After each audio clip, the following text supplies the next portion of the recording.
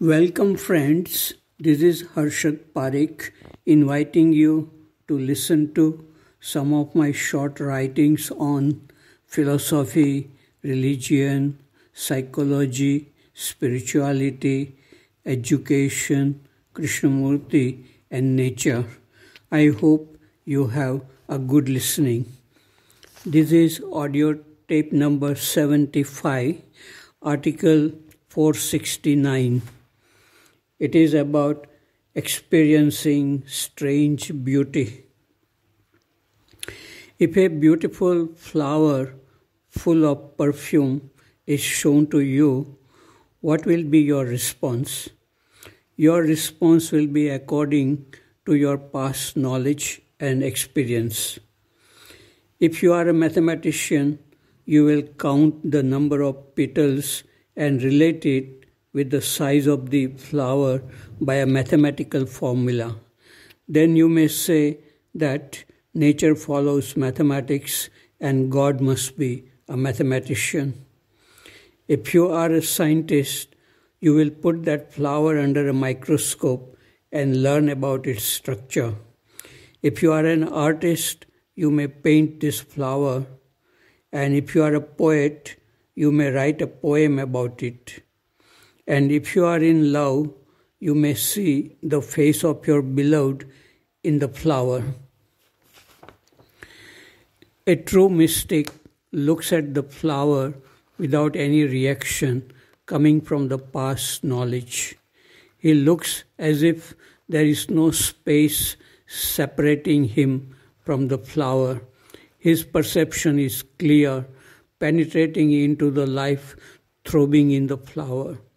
This is called love, when the observer and the observed are not separate psychologically. Have you seen something very beautiful, new, strange, beyond description?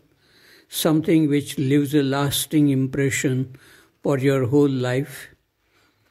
A young businessman went for a walk early in the morning before sunrise. The street lights were on.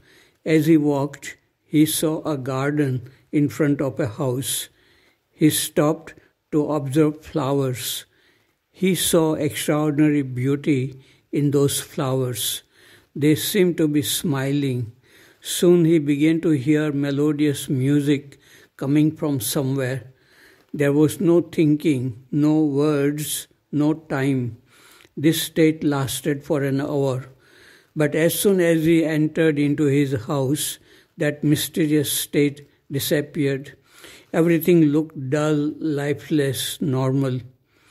He tried to revive that mysterious state of mind, but he failed. He felt miserable. One experience of blessing put him on the path of permanent discontent with the real ugly world of business and daily routine of life. A professor of philosophy and religion also went through a strange experience of seeing the image of Buddha sitting in front of him when his friends were discussing about the remarkable similarity of Christianity and communism. He was not dreaming. The image remained with him for 2 days and then disappeared. While the image was there, he was very happy, but when it disappeared, he was brought back to the real ugly world of daily existence. He could not revive that image again, though he tried hard. I spoke about this topic in Rishi School Assembly in November 1992 and played 3 Hindi songs which describe this feeling of seeing beauty once and then losing it and feeling discontented with daily life of routine. The Hindi songs were आए बहार बन के लुभा कर चले गए, छुप गया कोई रे दूर से पुकार के, एंड तू छुपी है कहाँ मैं तड़पता यहाँ. Article number 470. It is about silent, clear, awake mind. If you are traveling in a train which is going at a high speed, you cannot see things outside clearly. You cannot read clearly even the name of the railway station that you are passing by. It is so with our mind too. If the mind is moving fast, we cannot know how many thoughts are passing by and the intricate details of every thought. For happy and healthy life, slowing down of the mind is essential. The mind can see itself clearly when it slows down. Such a mind can avoid unhealthy reactions like anger, jealousy, conflicts in relationship. Good and true action comes from silent, clear, awake mind. Article number 471. It is about the universal mind. A river has no definite origin. Many small streams trickling here and there form a river. So it is with the mind. Probably the mind is here, there, and everywhere. A friend living far away thinks about me. Her thoughts and feelings reach me through invisible waves and create thoughts and feelings within my mind. So the origin of my mind is far away in my friend's mind. I see floods and fire happening in a faraway country. This creates thoughts and feelings in my mind. So the origin of my mind is in some natural phenomena happening far away. The individual mind is a very small part of the universal mind, which is here, there, and everywhere. Our minds are interconnected through invisible waves. The whole planet Earth is a living, breathing, conscious mind. Article number 472. It is about cleanliness. I feel happy to hear Narendra Modi talking with the media about the problem of cleanliness of India. He thanked the media for writing good articles and converting their pens into brooms. This problem can be solved only when citizens feel happy to join in cleaning up streets and public places. This reminds me of poet Kabir. He said, "The body may perhaps be cleaned or purified by going to the places of pilgrimage. Even material wealth can be purified by distributing alms generously.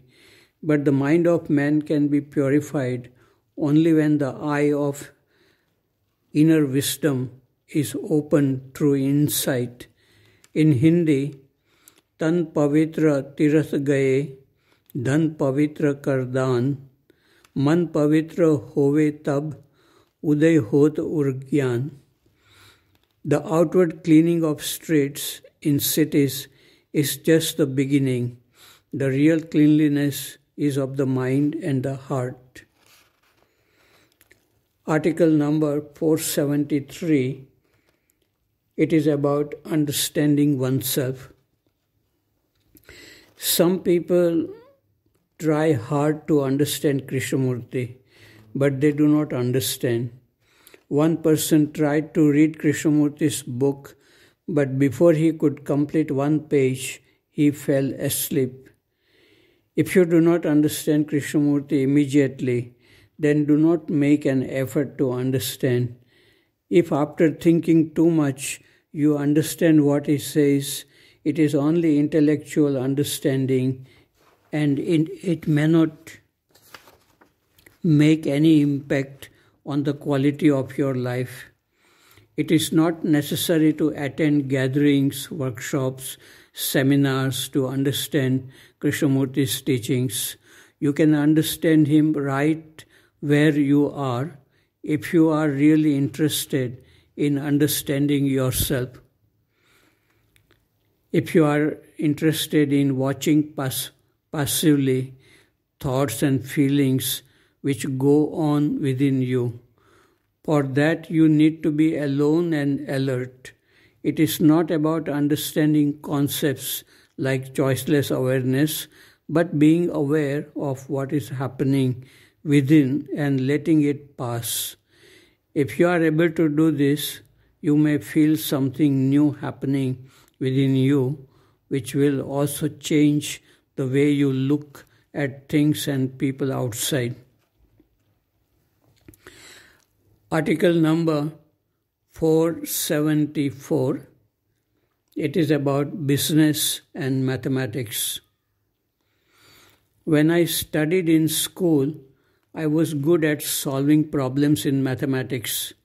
I had taken special arithmetic as a subject for the final examination, in which I scored 100%. I had solved many problems of simple interest and compound interest, but I had no understanding of what was the meaning of interest. I had no experience with banks and money.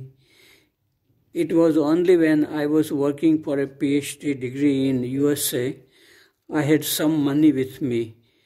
A friend suggested that I should keep the money in a bank. The money will be safe in a bank and I will get some interest too. I asked my friend, "What is interest?" My friend said that the bank will give me some extra money, which is called interest. I was surprised to know that. Why would a bank give me extra money apart from keeping my money safe? Neither our school textbooks nor our teachers in school explained to us why banks gave interest. I remembered this only when I read a post on Facebook which said that Gujarati people are very good in business. I know very little about business, never had any interest in business. Article number 475, it's about can love be measured?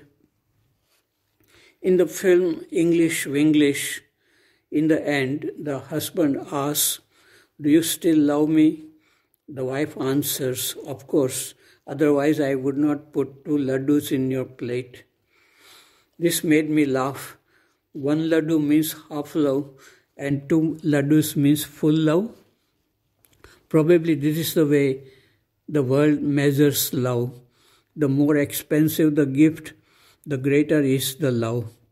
No doubt, Krishnamurti's teaching would seem very difficult for most people to understand.